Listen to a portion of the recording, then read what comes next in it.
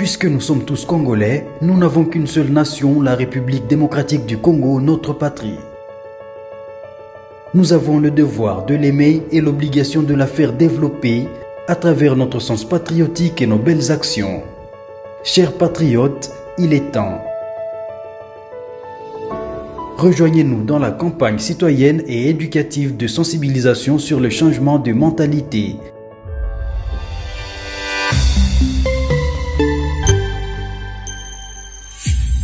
Zala, bon citoyen.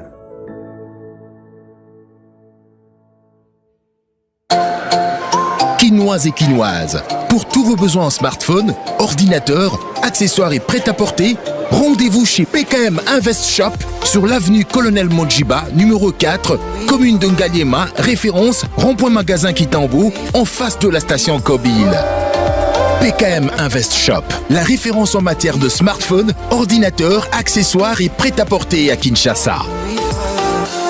PKM Invest Shop. Parole pure, un enseignement sans mélange. Nous sommes l'église camp de vainqueurs. Notre programme, lundi, intercession, mercredi, culte d'enseignement, vendredi, culte prophétique, samedi, jeunesse et suivi, dimanche, culte d'adoration, 9h juste à 12h juste. Notre adresse, Halle Verte, numéro 1, quartier Joli Parc, dans la commune de Ngaliema, référence. Place commerciale Ma Campagne, en face du supermarché Genesis Infoline, 081 079 22 52. Bienvenue dans la maison de notre Père, Jésus-Christ est Seigneur.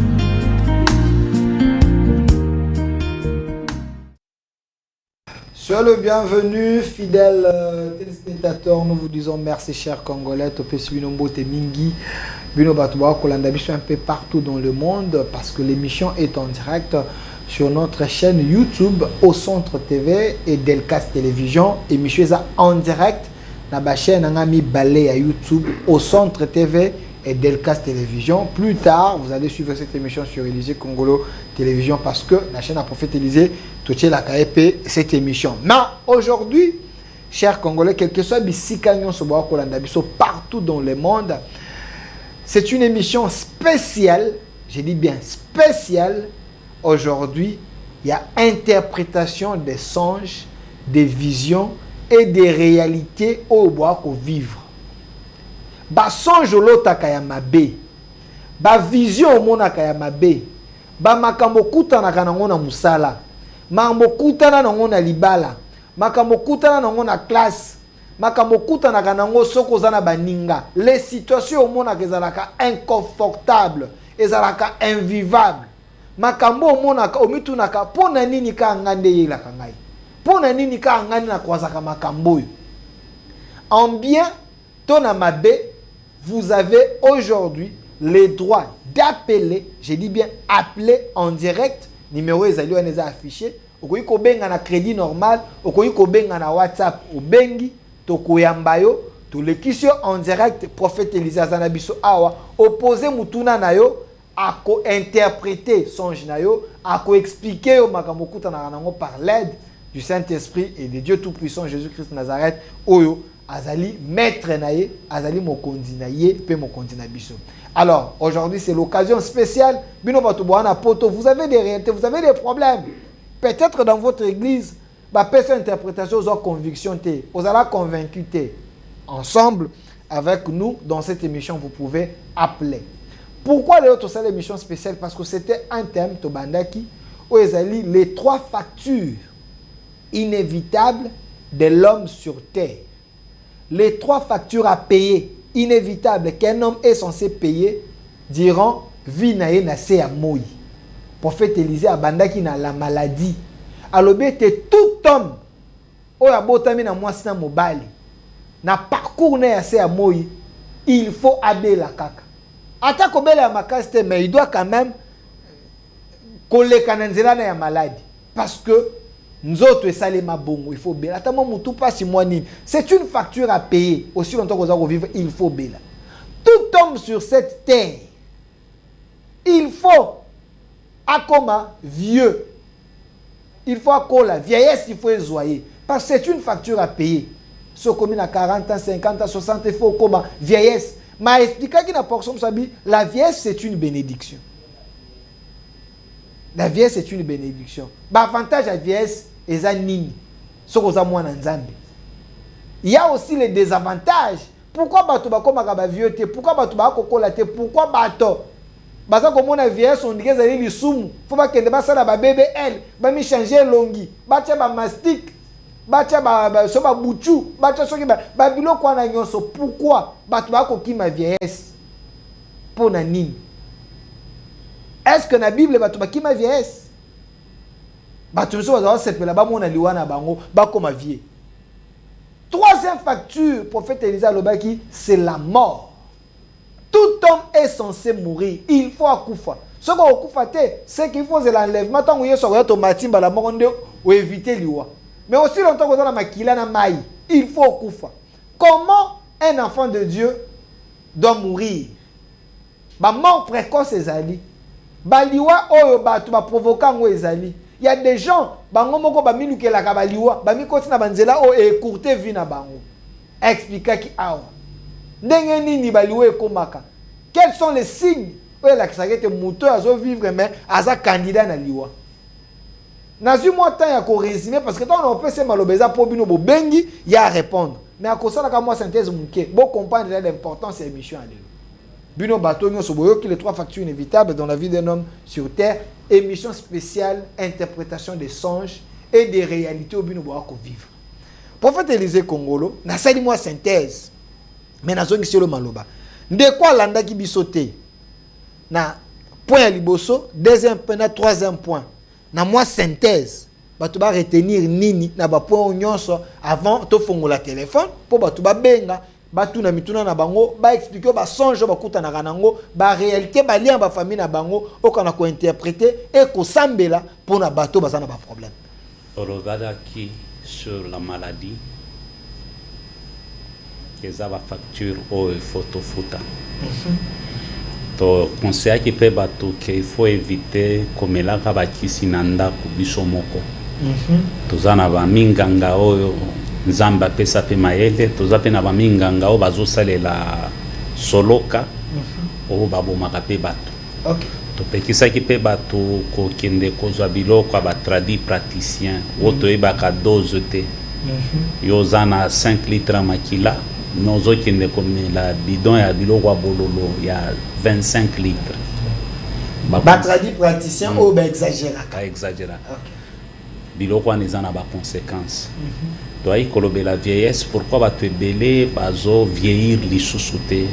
Parce que masumo eleki, bazo tambola na ba norme te. Bible lobi, sou qui a pembe eza couronne pour na vieillard, couronne de gloire. Doit y la ba avantage ya liwa, kokufa dans les seigneurs. Toloba ki mwana nzambe nyonso efwa zala na ba signe ya liwa na ye. Comment kosilisa mikolo na ye na se ya moi. Ba Abraham bazalaki na ba signe na bango, Jacob azalaki na signe na ye, Isaac azalaki na signe na ye, Pierre azalaki na signe na ye, Simeon azalaki na signe na ye, même Yesu azalaki na signe na ye koma kokufa. C'est pour éviter que tokufa na ba mort précoce, mort prématurée, mort brusque.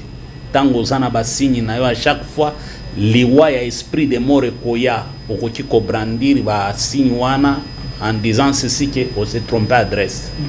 Ba ebisanga na kokufa na 120 ans. Na 50 ans te, na 40 ans te. Nde trois factures auto explicaki. Peto insistaki que eza important mwana nzambe ayeba koma kotambola na nzambe kofanda na liloba nzambe ko vivre liloba nzambe afin que mikolo na ezala prolongé. Différence ezali koyeba liloba ya nzambe na ko vivre liloba ya nzambe. Différence ezali nini pona bato ba olanda biso peut-être ba yebi yango te. Tozana ba oyo ba yebi liloba nzambe za ba oyo ba interprétaka ba verset même ba vivra ka ba verset te. Okay. Mais ba o ba vivra ka parole ya nzambe nde ba o ba lobaka si je vis ce n'est plus moi qui vis c'est Christ qui vit en moi. Christ c'est la parole. Si mes paroles demeurent en vous et que vous demeurez en moi, tout ce que vous demanderez, je le ferai. La Bible déclare, je les ai tirés dans le désert afin de greffer mes paroles dans leur cœur. Okay. C'est-à-dire, Moutou a vivre, Yango David a qui est plus loin. Alors, enseigne-moi tes voies, apprends-moi à marcher dans tes sentiers. Et Dieu répond à David, je t'instruirai pour ton bien, je te conseillerai, je te montrerai la voie que tu dois suivre. D'abord, la question est là. Yango David a dit, ta parole est une lampe à mes pieds qui éclaire mon sentier. Parce que l'ilobande zola qui sa David nzela. Na kienda qui plus na lobby chaque circonstance, chaque situation na se ya moi. Mutu o ya vivre ka parole en Nzambe faut bimisa portion ya parole ya Nzambe à confronter likambo eza liboso na ye. Yango na lobaki Nzambe apesa kinga révélation ke bato ebele batambola kanu bazana bilambate spirituellement. Yango batake zana facilité à toucher bango. To simba ki bilamba molimo eza nini? Casque du salut pour protéger makanisi na biso, pour protéger cerveau na biso, afin que ba démon ba se nourrir na makanisi na biso te. Toya ki kosimba lisusu armire mususu eza kiras de justice. Motema na biso efanda na justice ya Nzambe afin que ba injustice ya mokili ezala na impact du corona biso te. Toya ki kosimba lisusu bouclier de la foi afin ya ko repousser ba flèche nyonso ya monde ya molili. Toya ko simba l'épée de l'esprit oyo représenter parole ya Nzambe afin de détruire ba bitumba nyonso par la parole de Dieu. Toya ko simba ceinture de vérité, to vivre véracité ya liloba Nzambe. Toya ko simba chaussure ya évangile de paix. To vivre na évangile ya paix. Alors, et ça la question mususu avant to fongola téléphone, ba porte ya liwa. Oyebisa biso ba hôtel.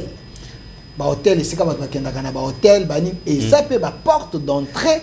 Oyo la mort peut oui to simba ki hôtel kokene osala e kobo na hôtel, ce sont des portes qui s'ouvrent. Kokota na bar yo mu Christo, ce sont des portes qui s'ouvrent. Comme la masanga, ce sont des portes qui s'ouvrent. Kosali sa mariage ou bien fête masanga zokota yo zo prétendre être chrétien masanga koti, ce sont des portes. Musique amoki les obeta, ce sont des portes qui s'ouvrent. Yo étant que chrétien. Quel lien est entre bateau ba mais la masanga ba na fête nanga chrétien mutu organiser fête ngana meli nanga te, mais c'est eux qui prennent ça. Ndenge nini ekozwa ngai chrétien na fongo la porte, comment expliquer? Oza organisateur. Bible lobi ala ki la mama be oyo asombeli mutu mususu masanga. Bango ba sombi masanga te yondo sombeli bango na mbongo na yo. OK. Est-ce que Dieu t'a donné l'argent pour que rolangwisa bato? Bible lobi ala ki la mama be oyo asombeli mutu masanga na oze asombeli mutu masanga na oyo azombela masanga na oyo asombeli masanga balakila mamabe. Ce sont des portes. Banyongo. OK. Badet. Mutu amesana ko defa banyongo afuta kate. Ce sont des portes. Mais azoka pe mbongo ko futa te. Mais yo le beza porte aliwa. Mais azum mbongo te. Non, ce sont des portes. So ibando lingi ba porter yo plainte ba kokende na monde satana tala ka vi na biso. Même pas banganga. So ki mutu akie na photo par exemple à Delphin et pas nganga. Nganga kotala na tableau Delphin ami benga ka chrétien. Est-ce que banga kanzambe? Masumu nini asalaka? OK. Nini o Delphin mais sana ko sala en cachette ebimaka. Oyo ezako honorer nzambe. Voilà. Meni na ebimi. Tango ebimi. Nganga lobi so itolingi to bomaya ou bien to salema be to salela mabe a cause ya oyo. A cause ya nyongo. A cause Balam tango azokinde komodir Israël a modir Israël pour la première fois ko quitter, deuxième fois ko quitter, troisième fois azonge pa balaka lobi potolonga Israël. Il faut toti que Israël a sangana na bikolo mususu. OK. Tango Israël a sangana na bikolo mususu a ko perdre bonzambe na ye, a ko briser alliance na ye parce que ayeba ki nzamba pekisa Israël ko bala batu misusu ya bikolo mususu. Ko sangana na bikolo mususu. Mais tango Israël a komi na Kana ba interdiction nzamba pesa Israël a to sa yangote a bala ba Kananayen na ba Kananayen to ebi suite Israël a perdra bokonzi, alliance comme a brisé makambo mabe côté la wana. OK, parce que toi que na moi lombango question mususu oyo bato bazongisela nga au moins mingi babit non papa kenda qui plus loin parmi banzelo alakisa ki ya mabe tango aza côté sur ba maladie apekisi bato ba misala automédication ni komi pesa ka bakisi na banda ku yemoko ma fongola ki likamoko ya ba BBL bato bakenda kosala ba chirurgie aki asali chirurgie abongisi longi abongisi mbebo batie mo implant na kati abakisi bataille abakisi mwa boya botama na mwa défaut asali mwa boya alobete ezali mabe eza lokola olingo corriger nzambe. Est-ce que ça aussi et que vous la porte d'entrée au diable à qu'on se servir na bango pour tuer non? Oui, papa Delphin. Bible dit toute chose concourt au bien de ceux qui aiment Dieu. OK. Est-ce que tu peux corriger Nzambe parce que Nzambe qui est là qui ose pembe? Pourquoi corriger Dieu? Na siècle ya lelo tozomona mutu mususu à cause ya mukuse Nzambe pesa ye mukuse rendre célèbre. Mutu mususu à cause ya mutu munene Nzambe pesa ye rendre célèbre. Mutu mususu parce que Nzambe akela ye azana loboko moko kaka. Infirmité wana rendre célèbre. Il y a des opportunités fungwamaka par rapport à ndenge Nzambe akela biso. Chaque mutu ndenge azana se amoya zalaka identique. Azaka? Identique. OK. Aza unique. C'est-à-dire okokutana kana mutu netelizete. Même ADN yang nangai. Naza unique. Mais okoki kokutana na mutu akokani presque nangai. Mais asangai te. OK. Alors il faut garder marque wana. L'originalité wana. Parce que nous sommes reconnus même par ADN nabiso. Mais tant que on modifie elongi, on modifie nzoto. C'est-à-dire même na répertoire ya Nzambe ba perdre yo. OK. Bazo reconnaître les sociétés. Okomi eloko mususu, okomi mutu mususu, okomi na identité mususu. Alors il faut éviter. So il doit botamina malformation oyo la science. Na ndenge ya mabete balingi balongola mwa mbeba wana na nzoto po botami soit bazwa ki soit na obiente wana eza autorisé. Mais oyo ezali ozana yo normal ozo souffrir le côté ozo souffrir na complexe bité na bakisa boye po bato balulanga na koma star wana nde obeza mabe kwa pesa kingana saluer ye mwana na ngaza na États-Unis alinga kayo mingi mama Stéphanie na pesi mbote alobi papa des réalités que tu prêches yango tozomo biso tokitisa ba âge toya poto na ba identité ba tumisusu j'ai parlé à ba esprit ozana ba identité tala ba conséquences ozomona mtu à 60 ans akitisa âge azana 40 ans aki hôpital à Beli. Mais bazo pesa ye kisi par rapport à âge. OK. Maintenant kisi wana so qui répondre te et comme il faut exiger basa les examen ya motema pour que baba kisile ba dose misusu ya kisi ozomona no mona kana ba hôpital batu na mwana zana âge ni ozana âge ni ya boto zoroba Nzambe nenga kila biso motema na Nzambe sala ngo par rapport ya taille ona zana ngo les eaux pompées par rapport à nani na ke na bakisi biloko ba implant na bakisi biloko donc na bandi kopesa motema musala o ezalaki ya yete. OK. Nde ozomona batu misusu akufi pona nini motema travailler arrêt cardiaque motema komi ko sala musala triple fois 4. Pourquoi? Parce que tobakisi charge ezaneti mutuka ndenge bakela mutuka balobaki mutuka oyo poids maximum na ye akoti kozwa par exemple 200 kg. Mais bino bokomi ko tia 1000 tonnes na mutuka. Bokomi ko forcer moteur papa Delphin. Lelo ekotambola, lobi ekotambola. Suka moteur ekosala nini? Ekale mutuka eboyi. C'est la même chose. C'est la même chose na bateau bakendaka ko bakisa biloko na nzoto. Donc eza ba porte d'entrée que les sont des portes. Alors, pour faire Élysée to sali moi tozongi moi sima muke po ete bato ba comprendre côté de outil na côté to komeme to émission sur la mort parce que bato benga biso ebele voilà pourquoi je to sali émission spéciale pour na bateau balotaka bandoto ya mabe. Oui, bazala kebele. Bateau balotaka bandoto ya mabe comprendre kandoto te. Musa biso na loti ndoto ekokisamaka. Na sali 10 ans, 20 ans na lotaka kabwe. Banana kende pata mwasi na zonga na komolota. Bana balotaka bandoto, bana basutuka kana butu ba biloko wana nyonso. L'homme de Dieu est ici avec nous. Nous ouvrons les téléphones, nous prenons aussi ba message bino ba kotinda so mono ko rubenga te. Comment message na WhatsApp to na normal na kotanga yango prophète Élisée à répondre toutes questions posées à moi. Je dis bien les budgets en direct na au centre TV, na YouTube, pe na Delcas télévision. Et puis j'ai koleka pe na 10e rinde ba kolanda biso okoki ko benga. Si tu as un souci, tu as un problème o etungisa kayo, tu as besoin d'une interprétation de la part de Dieu. Obengi l'homme de Dieu est ici avec nous.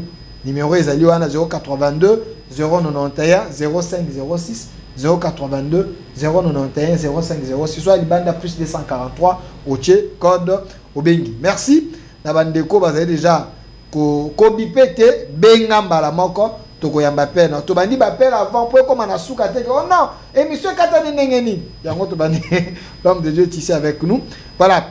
Voilà, je prends le premier message.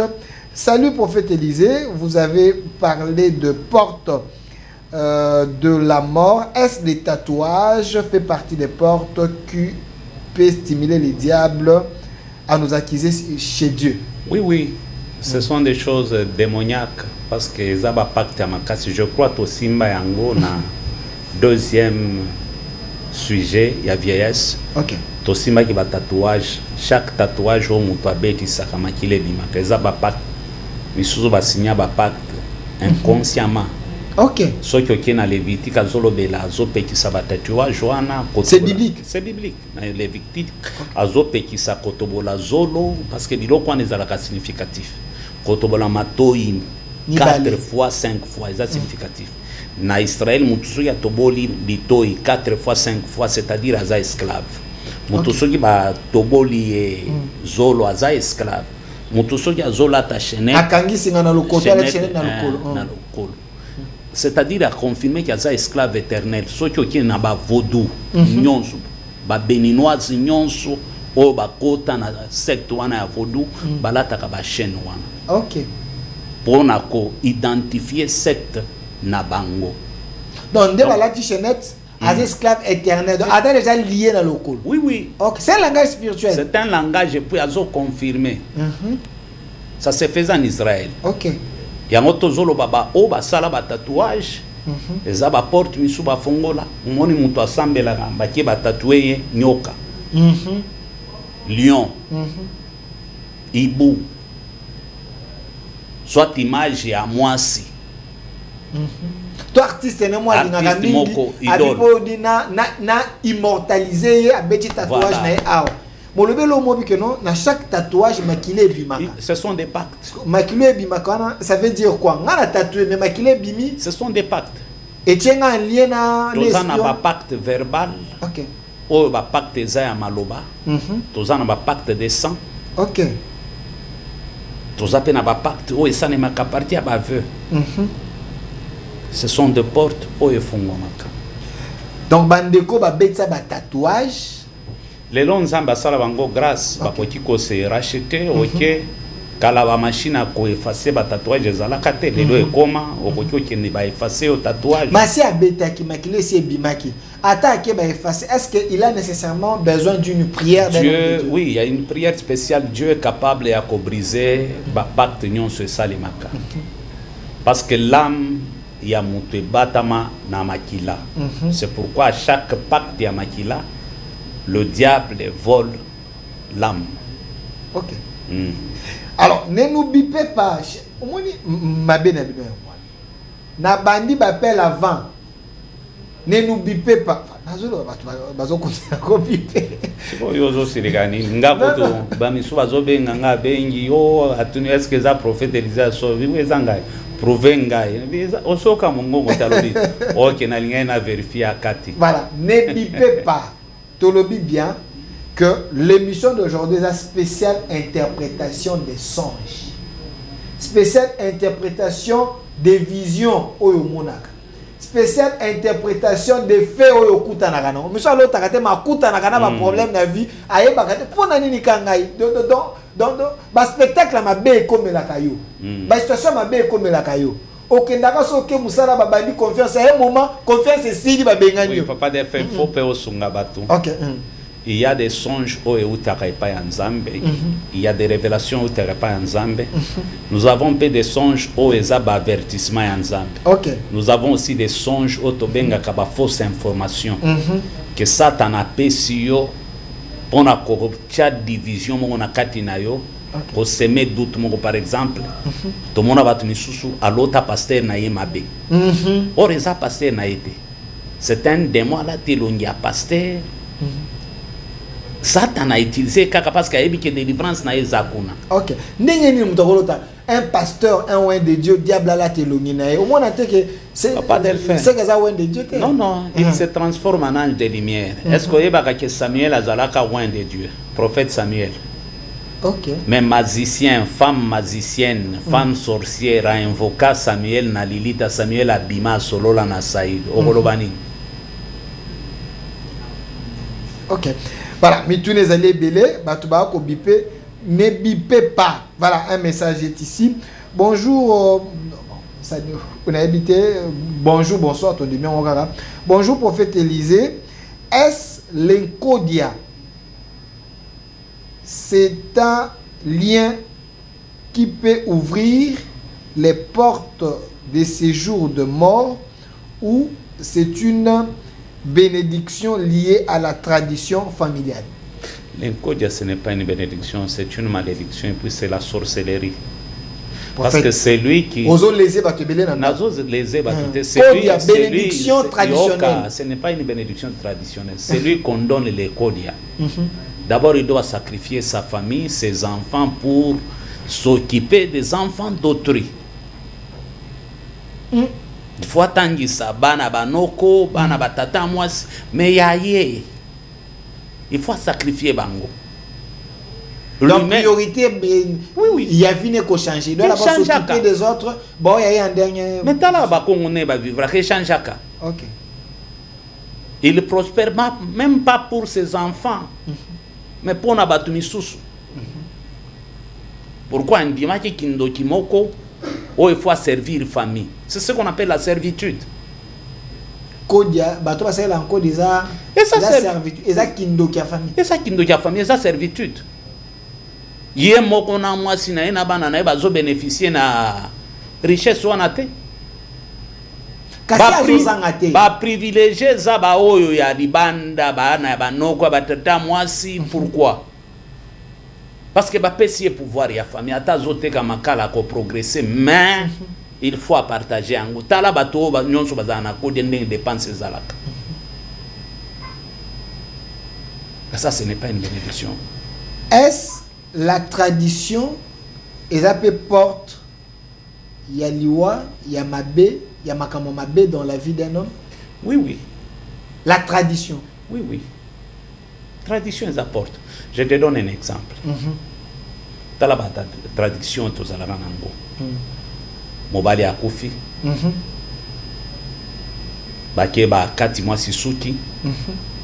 Basokoli ba misusu ba bikolo misusu e bandako ebisa mwasi pour que olongola esprit ande kona biso na nzoto il faut kende oluka mobali moko ko bimana ye otikela ye molimo wana ande kona biso. OK. Ba tradition misusu je ne peux pas kotanga bikolo. Donc mobali na yo akufi ba sokoli ba sadi ba cérémonie ba kati yo suki. Mais ba obligé yo pour que vous la libérer esprit ande kona bango etika yo il faut que ne kobima na mobali moko ya libanda enfin que esprit wana molimo wana ya liwa et kende nai pour que yo zala bon on a ba coutume mususu mobali akufi ba ebisi mwasi faut bala leki ya mobali to ya mobali ça aussi ça pour rebattre la makila et continuité wana ça aussi c'est un péché, c'est mauvais. Péché, c'est démoniaque. Tout ça évolue, il faut tout se conformer à la Bible, c'est démoniaque. Est-ce qu'il y a des traditions bibliques au Ezali péché, mais la tradition doit être respectée, que la Bible, Dieu a dit tradition. Oui, c'est la tradition biblique. Je peux te donner un exemple. Bible le dit 8 jours après, on a amené enfant Jésus dans le temple selon la tradition juive pour qu'il soit présenté devant Dieu. Et sa tradition, madame, 8 jours après. Et Siméon le bénit et dit à sa mère. C'est sa tradition, madame. Alors, chers Congolais, merci. Je vois l'intérêt. Vous êtes en train d'écrire, mais vous pouvez aussi appeler.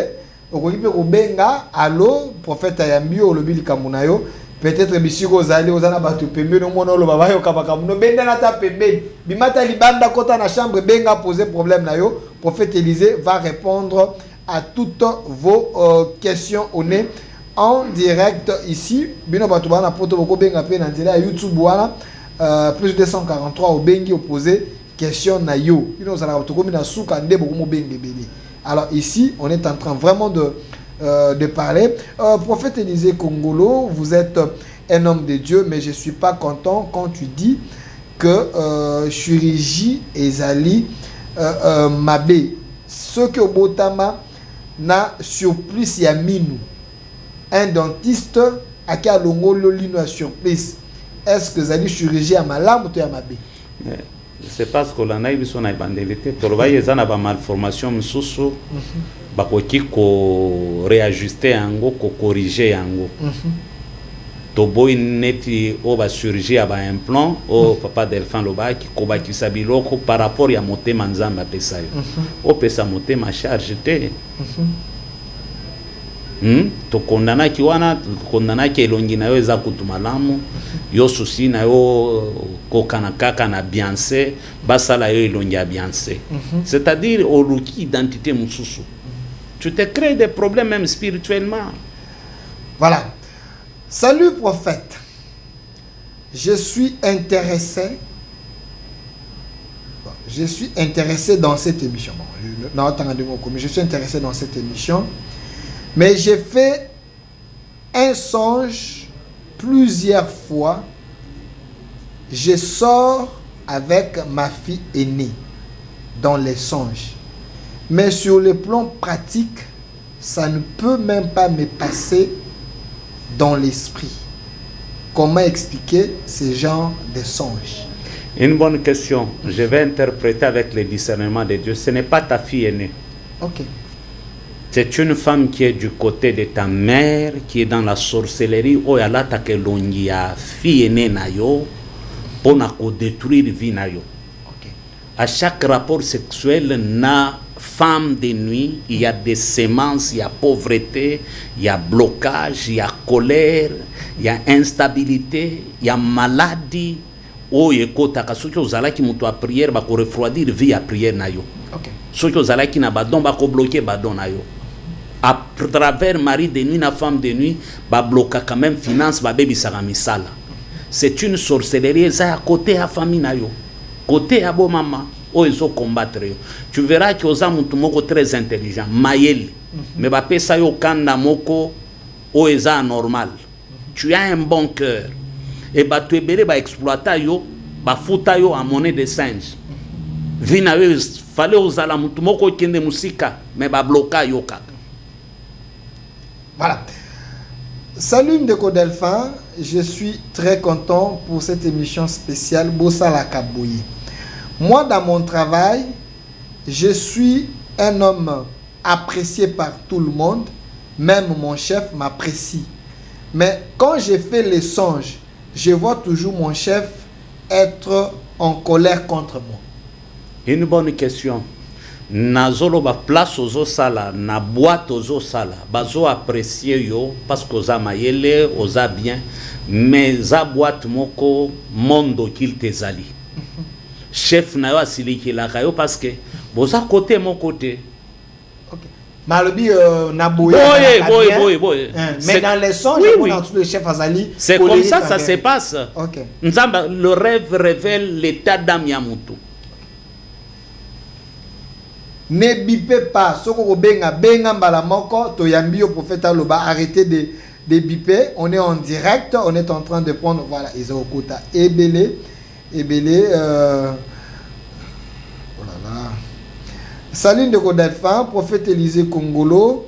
Je m'appelle Herman, j'habite Mongafula. Je suis en train de vous suivre avec ma famille.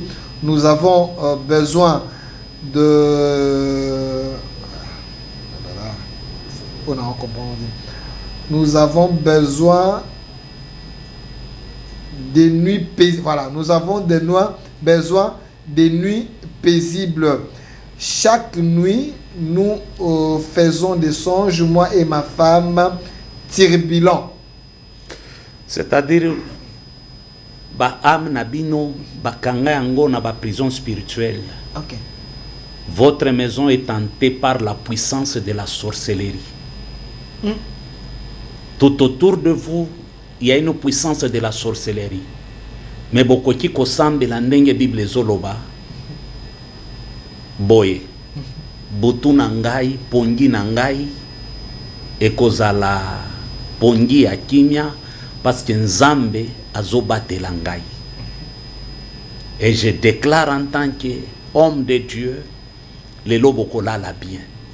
Parce que Nzamba latisi bino bilamba molimo, casque ya salut, pona ko protéger fréquence ya bandoto na bino. Nzamba latisi bino kiras ya justice, pona ko protéger bino na ba injustice ya monda molili o ba portaka bino plainte. Nzamba pesi bino bouclier de la foi pona ko repousser batak nyonso ya molili. Nzamba pesi bino épée de l'esprit pona ko kata ba esprit nyonso ya sorcellerie. Boko bima lisusu na ba miroir wana te. Nzamba pesi bino ceinture ya vérité pour que vous vivre véracité ya Nzambe. Nzamba pesi bino chaussure ya évangile ya paix pour vous protéger. Et je déclare que bandalelo n'arrêtez bandoto nyonso ya mabewan. Puissance à sorcellerie na che yango musika na bino Nzambe a régné na ndako na bino. Salut de Kodalphin, tunelanga prophète Élisée. Dans la vie normale, nalingaka banyamate, na supportaka bango, te surtout les animaux domestiques. Mais quand je m'endors, je me vois dans le forêt entouré des animaux et être à l'aise avec eux. Ça, c'est l'initiation à la sorcellerie. Et puis, il y a une présence des femmes de nuit, soit des hommes de nuit, ou yabota. Ok. Parce que dans le monde spirituel, nous soit vivra kana, ba femme de nuit, bien ba mari de nuit, babota kabanyama. Ce sont des esprits. Vous dites? Babota kabanyama. Ok. Ce sont des esprits. Nde omona ka mutu mususu bana na e propre babota na monde ya kindoki, na mari de nuit, na femme de nuit. Ndo batu mususu yoka kazolo baki ngana lota kaka bambwa bazo poursuivre nga. Bambwa bazo landanga. Bambwa ce sont des enfants oyobota. Alors lien comme wana à travers ba mbwa obota en esprit, il faut ba banda kolanda yo kako komona mwasi msolo binga na lota kake banyao bazomela mabele na ngai. Nazo bonde la bambwa. Ce sont ces enfants, okay. Les esprits oyaboti. Alors il faut faire la prière ko implorer moto et tumba ba esprit wana. Ça c'est l'initiation à la sorcellerie. Donc, il doit faire très attention. Et sorcellerie ou ezaneti sorcellerie ya otokiko benga bomba retardement. Donc bazo initier un jour à kosutka pa. Ba couronner ya komi mokonzi.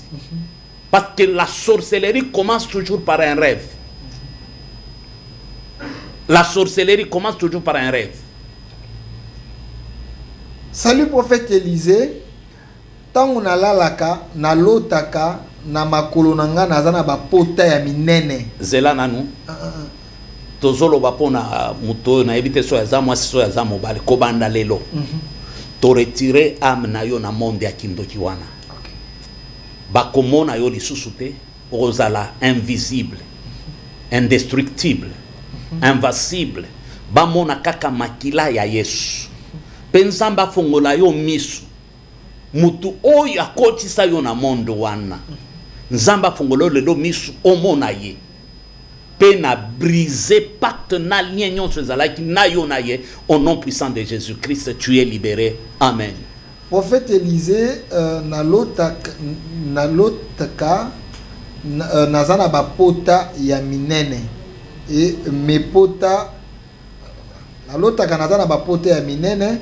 Mais batofina nanga ezalaka sucre pona banyama oyo bayaka kolécher yango. Cet homme, il est devenu un sacrifice et une nourriture pour Nabandoki. Tu comprends? Bazobo maye à petit fait. Une nourriture. A commis ravitaillement pour Nabandoki. Il est déjà sacrifié, soit il est déjà sacrifié. Ce qui a sali attention, liwana ye kozala ya brisque.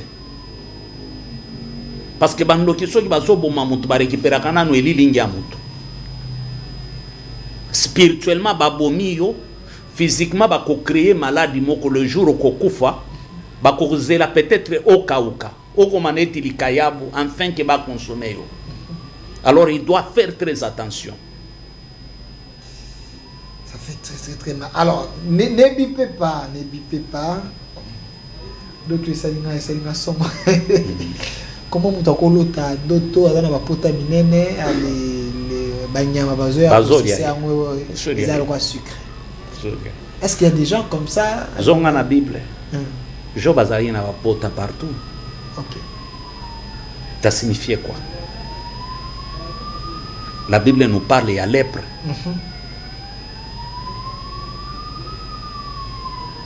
Bapota wane communauté. Et au comment même physiquement, ils ont un problème à santé. OK. Il y a des maladies anormales dans la vie.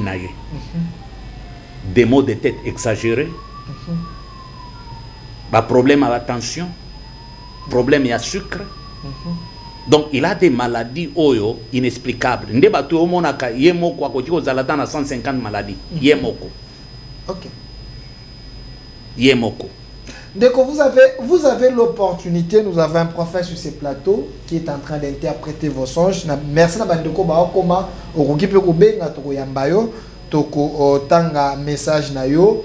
C'est une occasion, une faveur au kutali nango. Dieu veut te délivrer, Dieu veut t'aider, Dieu veut te soutenir. Loba et lokoyo o lotaka oyo monaka. Ce n'est pas pour rien, tout ça l'émission spéciale. Loba yango seul Dieu sait. Voilà. Bonsoir prophète. Et si tu rêves tous les jours des rêves parfois inexplicables, exemple, courir, fuir les policiers, se battre avec les chiens, manger la nuit, faire des songes qui parfois se réalisent et parfois une peur très très très remarquable devant des situations. Là, c'est dans la vie réelle. Une peur qui empêche d'exercer même son métier. OK. Ce genre de rêve tant aux zolota. Ce genre de rêve tant aux zolota. Bazolandayo. Bangu, ba policier. C'est-à-dire, le policier représente l'armée de la sorcellerie. Il y a les policiers, le fourmi, ba représente l'armée à sorcellerie. C'est-à-dire, ba décider, ba kangayo, ba bomayo. Et ko bunda, na bamboa, tozongi di susu, c'est-à-dire, ce sont des esprits. Par rapport à Niemo Kwe Salema, Oyo, Obota na Mondouana, babandi kolandayo. Manger la nourriture la nuit. Ça dépend de la nourriture. OK. La nourriture est comme un danger, comme une initiation à la sorcellerie. La nourriture, par exemple, aux oli à pondu, aux oli à mbisi, aux oli à nyama, c'est-à-dire la viande, aux oli à makayab. Là, tu es dans l'initiation de la sorcellerie. C'est-à-dire, à côté de toi, il y a une personne qui est dans la sorcellerie. Nda travaillera na moi. La personne te donne des choses et n'a au vivre yango. Et c'est pourquoi zomonake bazo bangi sayo. La peur, c'est l'ennemi de la foi. OK. Bazo bangi sayo bongo ba traumatiser yo jusqu'à ce que vous traversez de l'autre côté. Bazana intention à kobomayote, soldat nyonso so qui est front, il faut pas maltraiter. C'est-à-dire tu es sélectionné pour que au commando. Yango babandi ko maltraiter yo bongo nanu après ba initier yo pour que ba pesa yo motema makasi dans la sorcellerie ceux qui mutu a traverser kaka koti na monde kindoki ba chanjaka ye motema. OK. Ba ko tiope so motema nyama pour que osala sans pardon. OK. Alors il faut la prière pour briser et lokowana. OK. Salut prophète Élisée. Ce que j'ai dit, ce n'est pas un songe, mais c'est une réalité. Dans ma parcelle, je n'ai pas un chien, mais quand je dors, je sens le pleur du chien dans ma parcelle. Et dans ma cuisine, il y a des souris comme pas possible. Ça signifie quoi, s'il vous plaît, l'homme de Dieu? Les souris représentent la sorcellerie et l'œuvre de la pauvreté. Okay. Il y a 4 animaux. C'est-à-dire c'est un sorcier ou bien qu'on réclame esprit à moto. Voici ba heure balelaka. So moni mboa bandi kolela partie à 23h jusqu'à 1h. Faut faire très attention. So ko yeki nyao de 1h jusqu'à 3h, il faut faire très attention. C'est-à-dire ndoki aye kozwa, ndoki mususu ya sika. Soit ba ye kozwa esprit à moto. Ba kende nango na kindoki. Ba travailler. Ceux qui ont maintenant, à partir de 2h jusqu'à 3h, ils ont bigorodo. Ba grenu, ba komi kole la, ya ko exagérer. Ils sont dans ba plafond, ba plafond, ba makele la ba makele la ba nya ou bien ba mpuku.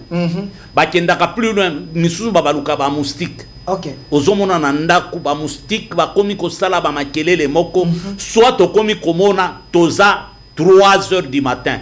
Mais ozomona ba mouche. Ce ne sont pas des mouches, ce sont des sorciers qui ont la capacité à se transformer. Tant qu'on va se transformer, soit récupérer ton âme pour que tu travailles ou bien que tu aies pour que tu travailles. C'est-à-dire chaque fois que c'est-à-dire donc kolela ya mbwana ba muta ba erwana ezali anormal. Mais mbo moni ndoki to moni muiba gangi akotika nae. Mais so eza continuel déjà c'est langage. Il y a des chats o yazolela. Neti mutu. Ozo ka mbwa zolela. Neti azoyemba. C'est-à-dire mbwa wana zobenga. Azamutu. OK. Abaluki mbwa. Ayekozwa. Voilà. Ne bipez pas, continuez à écrire comme les autres. Bazali, Kosala Yango.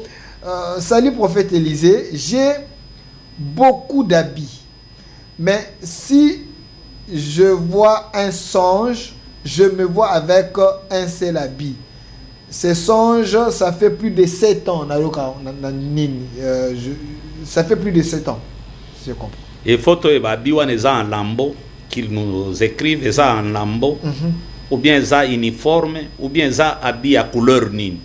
C'est-à-dire na monde ya sorcellerie ba pesa ya identité moko. C'est une personne ba opportunité ya malamu ezalaka.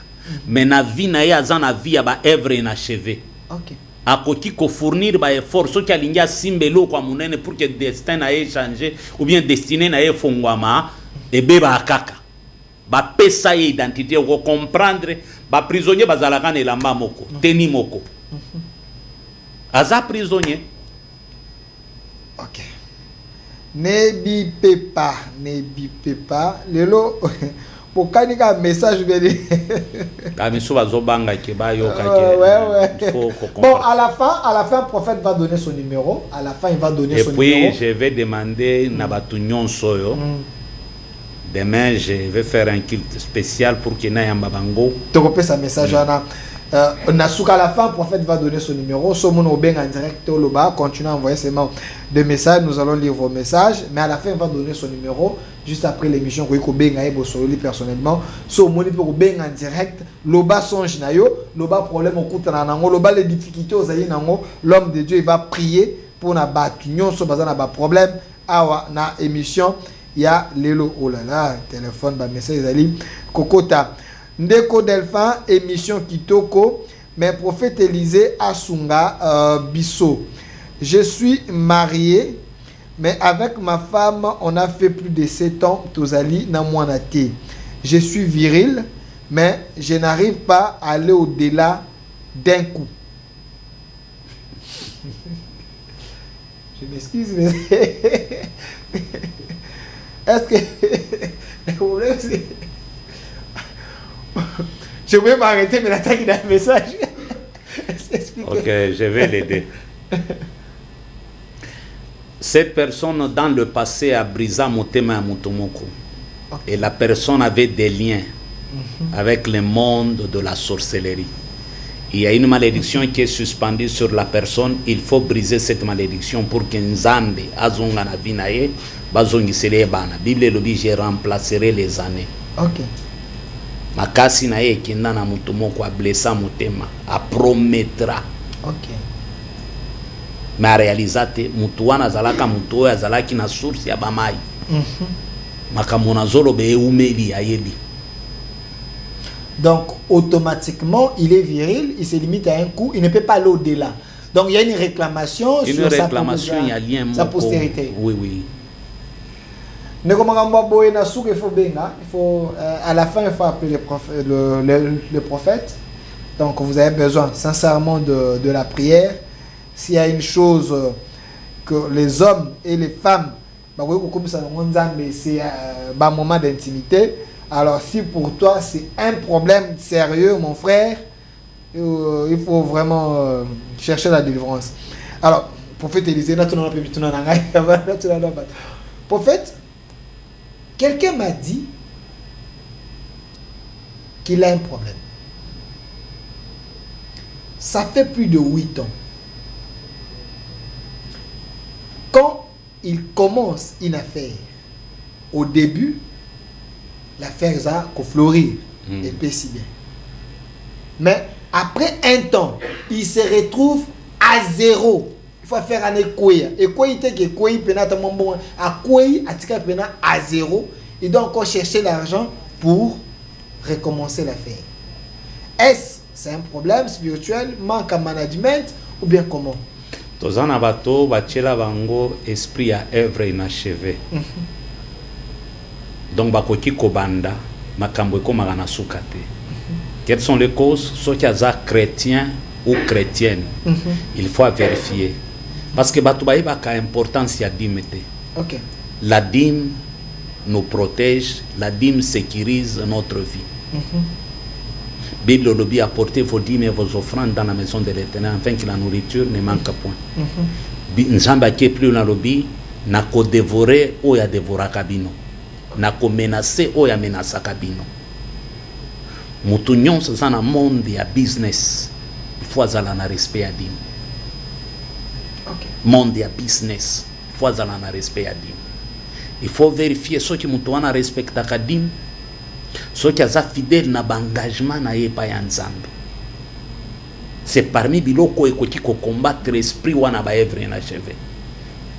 Et okomona bazabatu o ba opportunité yaka. Mais makambo ebeba kaka boy. C'est-à-dire bachela ye limite. Akoti kokende au-delà te. Ezana ba oyo bachela bango limite ki akoti ko simba $5,000 te. Akobanda soki mbongo komika $5,000. Problème moko ebimi kaka pa à perdre nyonso. Il y a un géant oyo atelemela ye. Ki akoti kokende au-delà te. Alors, je vais aller plus loin. Nous avons aussi même des esprits où ils combattent Kabato. Il faut faire très attention. Au rotala na famille à Mutu, Mutu mokota tongandako. Je vais parler un jour sur les esprits des maisons. Nde omona ka mutu atongi ndako ndako esidi. Azane singwa ndako na ye. Mais ake kolala na ndako quelque temps après boyoki 1 mois 2 mois mutu akufi. Les esprits de la maison ebomi mutu. Les esprits de la maison. Les esprits de la maison. Tout homme qui construit, azalaka kombati na ba esprit à maison. Parce que mabele wana oke kotonga, eza ya yote. Oyebite nini salema na mabele wana. Quels sont des esprits? Oyokate mutu asisi ndako na eka kakoti. Après une semaine akufi. Yango mona katopesa na révélation ceux qui mutu asisi kotonga ndako. Azala pressa kolana na ndako te. Il faut faire des prières en Ndako. Soit inviter quelqu'un ou ya tonga déjà bandako. Okay. Aye atali ndako na yo. Il parle sur ta maison. Et ensuite okotiko ya kolala. Bandako monaka. Utatongi ndako. Bandako eboma bato ebele. esprit à quartier, il y a environnement et cause on appelle influence. Les Toninda qu'on a milieu moboé, batonga banda comme abe. Yo toninda kumoko ils ont des classes, est-ce que non tu peux rencontrer des seulement problèmes? na milieu à Mabé, même dans le quartier à Kitoko, il y a ce qu'on appelle les esprits de maison. On ne soit jamais pressé aussi si ndaku na yo. Au mona te mutu mususu asisi kotonga ndaku akoti na ndaku ba problème bandika bana kobela bana bazali na problème makilate ba makile, c'est-à-dire les esprits ya ndaku. Donc tu m'as dit que louer ndaku ailleurs à côté kana lupango wana. Là ce sont des lois et des hôtels. OK. Lorsque tu deviens bailleur, catégorie à milimo est changée. OK. Lorsque tu deviens propriétaire, catégorie à milimo est changée. Ce ne sont pas des petits esprits où il faut combattre. On vérifie dans ta famille, nanya tonga. Comment la famille na yo mutu atonga ndakute yo tongi. Obandi nengeni. Prophète Ezemitoune Zalé Belé, salut mon prophète. Je ne vais pas citer mon nom, je suis une très belle fille. Mais il y a une histoire qui se répète dans ma vie. Quand je suis avec un homme, il me trouve belle. Il me dit des choses louables. Mais dès que je lui donne mon corps, il me dit qu'il n'a pas goût. Et puis il me quitte. Je vais te répondre. On va se rappeler qu'il y a de cela 10 ans, Obimana Moutou, la personne qui na monde qui un sataniste, nda baby sa vie na yo. Et la personne a comme kosale la nzoto na yo, o comme instrument. Par toi à récupérer kaba aja batuna ba étoile. Yango komona na vie na yo. Tu as un bon cœur, intelligente. Mais ba pesa yo bakanda moko o eza normalité. Alors tu as besoin d'une délivrance. Appelle-nous à la fin, nous allons t'orienter. Le prophète va donner le numéro à la fin, de façon que beaucoup kanako benga. Je sens qu'il y a des cas, cette émission, ça bénit plusieurs personnes. Ça bénit même plusieurs mardi, personnes. hein. Voilà. Mon frère Delphin, j'aime bien tes émissions politiques, mais cette émission, c'est une bénédiction pour nous aussi. S'il vous plaît, prophète Élisée Congolo, est-ce les démons géants de la coutume peut s'aimer la maladie dans toute une génération? Oui, il y a des maladies maladies héréditaires, maladies chroniques. Par exemple, koko akufa na diabète, papa akufi na diabète. Famille moi je connais la famille d'un pasteur ami, paix à son âme. Na famille na bango bazali na problème moko ya ba foi. Ti mosali na nzambe pa akufa na problème wana. Asalaka crise ba mimi na hôpital de 2 jours au foie à kota koma akufa. Donc ce genre de problème ya ba réclamation wana ba détruire kango par des hôtels. Faut bâtir des hôtels, soutenir l'œuvre de Dieu et passer par des prières pour que et même abinoté. Salut prophète Élisée, maman Nabiso akufa déjà. Atika Maluba Moko suspendu et nous dans la famille, j'ai l'impression que ces paroles ont un effet sur Bisso. Notre aîné Abetaka Mama, notre aîné Abetaka Mama, Mama Tikaka Maluba suspendu. Mais jusqu'aujourd'hui, nous les enfants, nous ne voyons pas les bonheurs. Nous ne voyons pas les bonheurs jusque là. C'est-à-dire la famille est sacrifiée. La famille est sacrifiée. Mais zaka likambo ya na bango soki nde abetaka oui, mama. Oui, famille eza sacrifié. Et bango bana o batikali bamonaka bonheur. Mais bango te basala yango comment maloba mama na bango donc je prends un exemple dans la Bible. Mwana Noé moko amoni bolumbu ya papa. Mais papa ke ko maudire bana na ye. Noé maudit Cana et il dit à Cana, tu seras l'esclave des esclaves de tes frères. Or na lignée à Cana nde Cham abima et Cham nde lignée ya ba africain otobengi ba Chalimite. Regarde cette malédiction depuis l'époque de Noé jusqu'à ce jour. Les Africains, les Noirs sont des esclaves de nos frères les Blancs.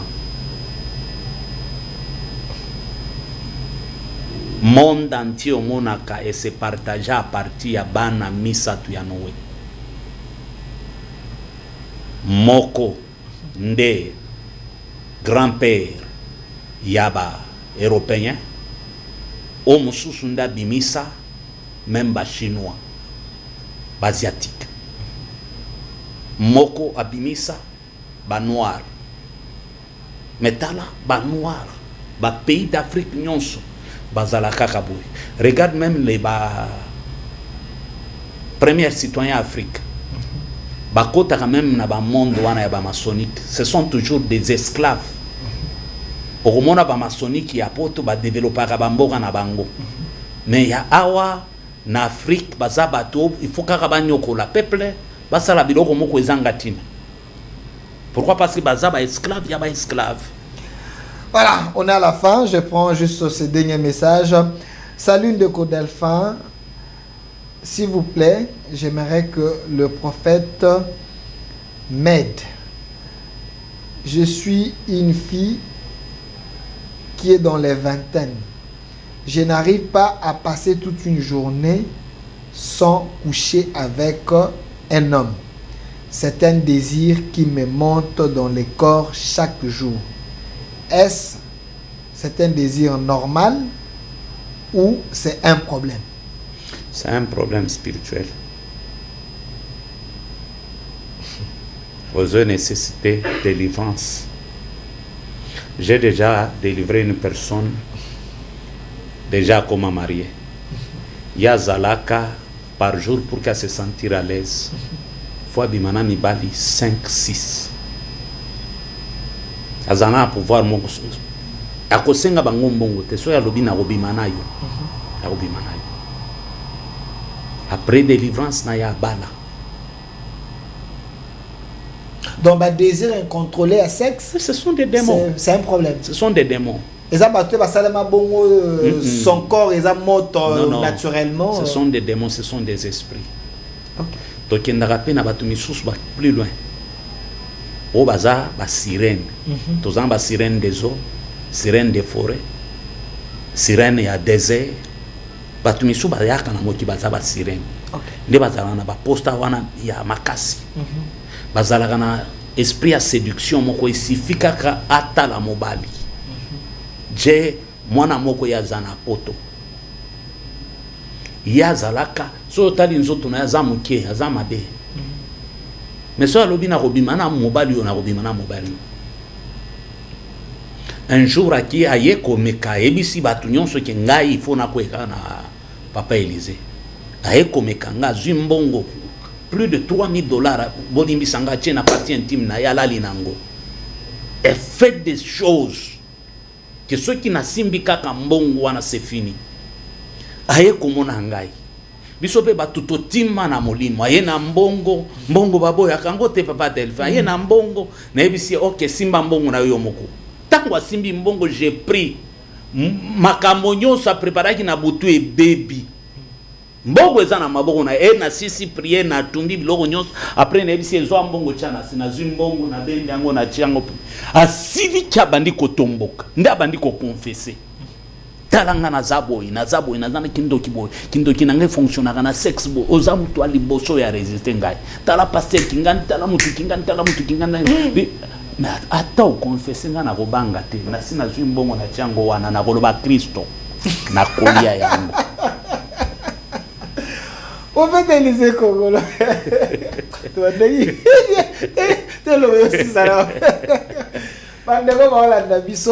faut une prière pour la union. Voilà, vraiment, je vous laisse le temps de façon qu'on s'appelle. D'abord, avant l'assemblée, on a fait merci na patriarche Ezras Kalonji pour notre soutien.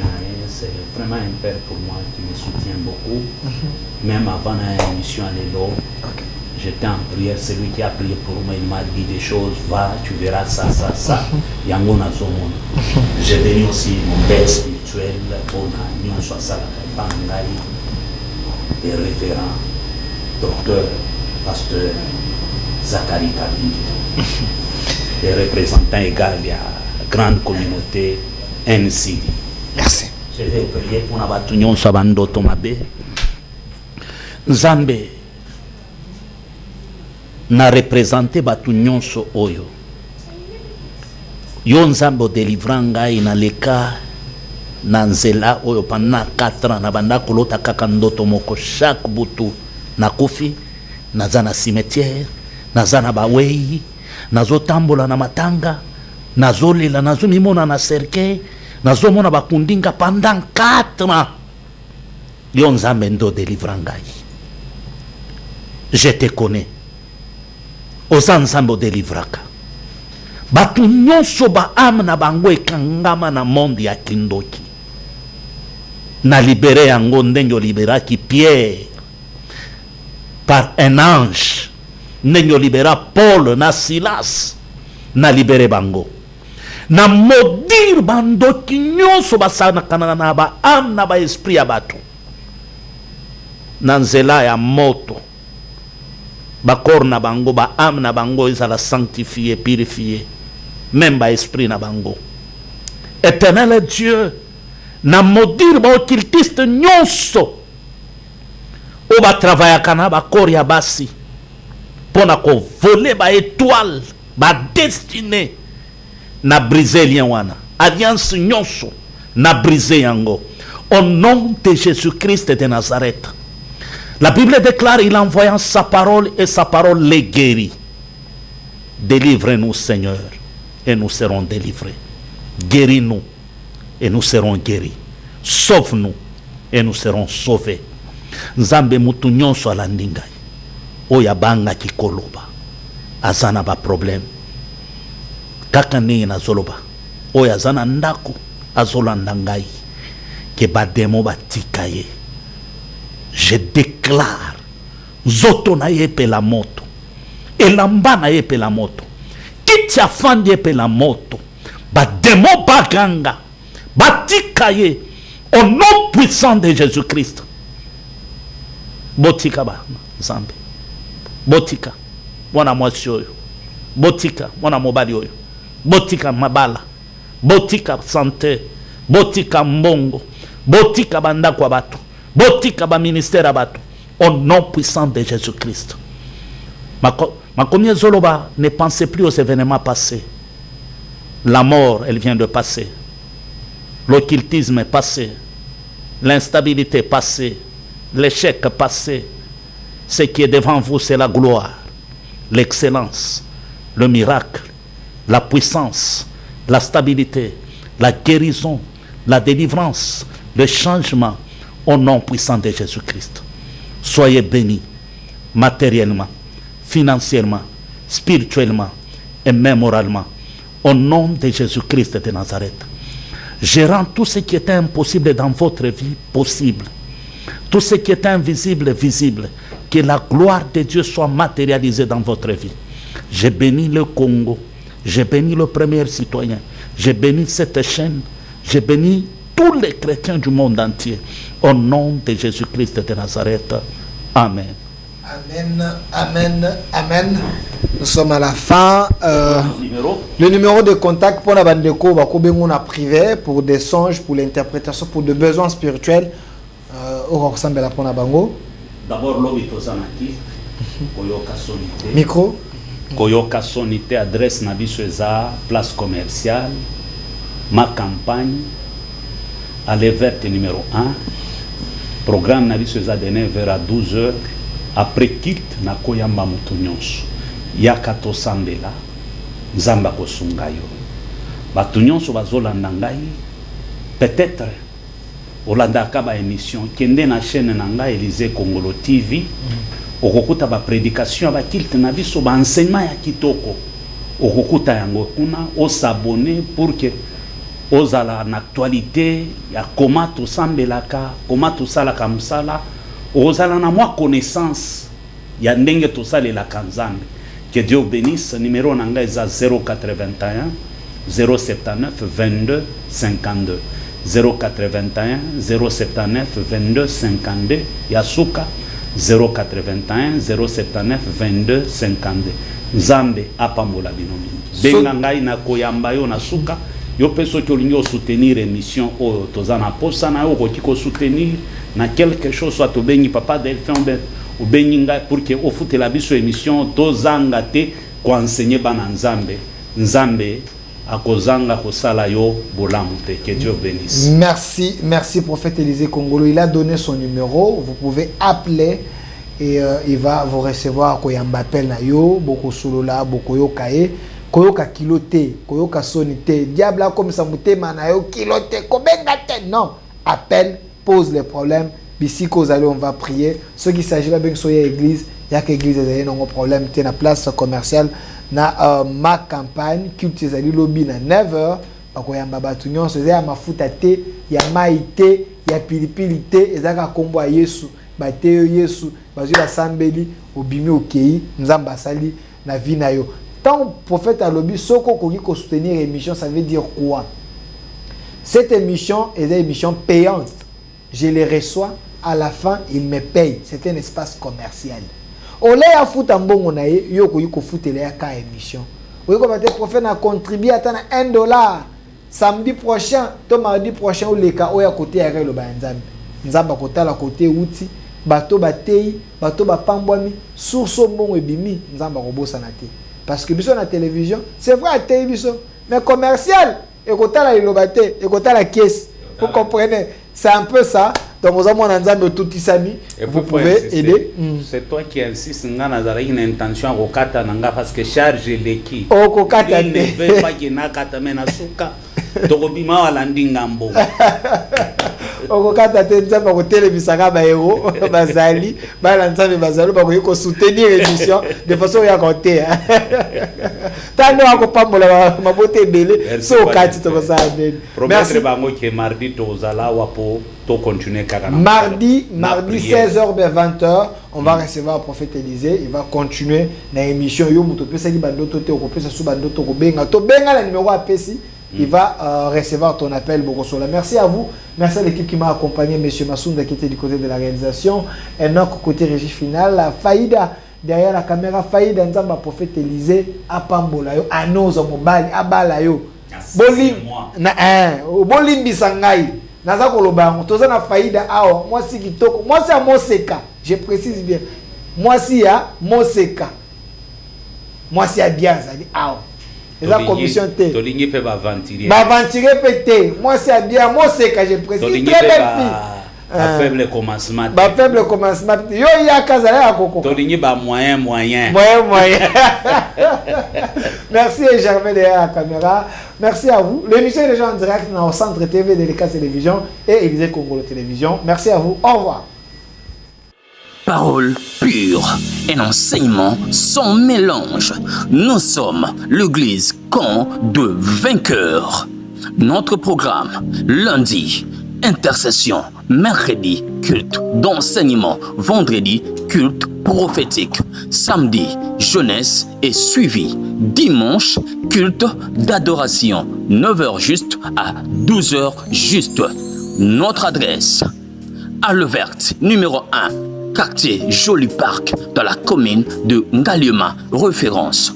Place commerciale Ma Campagne, en face du supermarché Genesis. Infoline 081 079 22 52. Bienvenue dans la maison de notre Père. Jésus-Christ est Seigneur.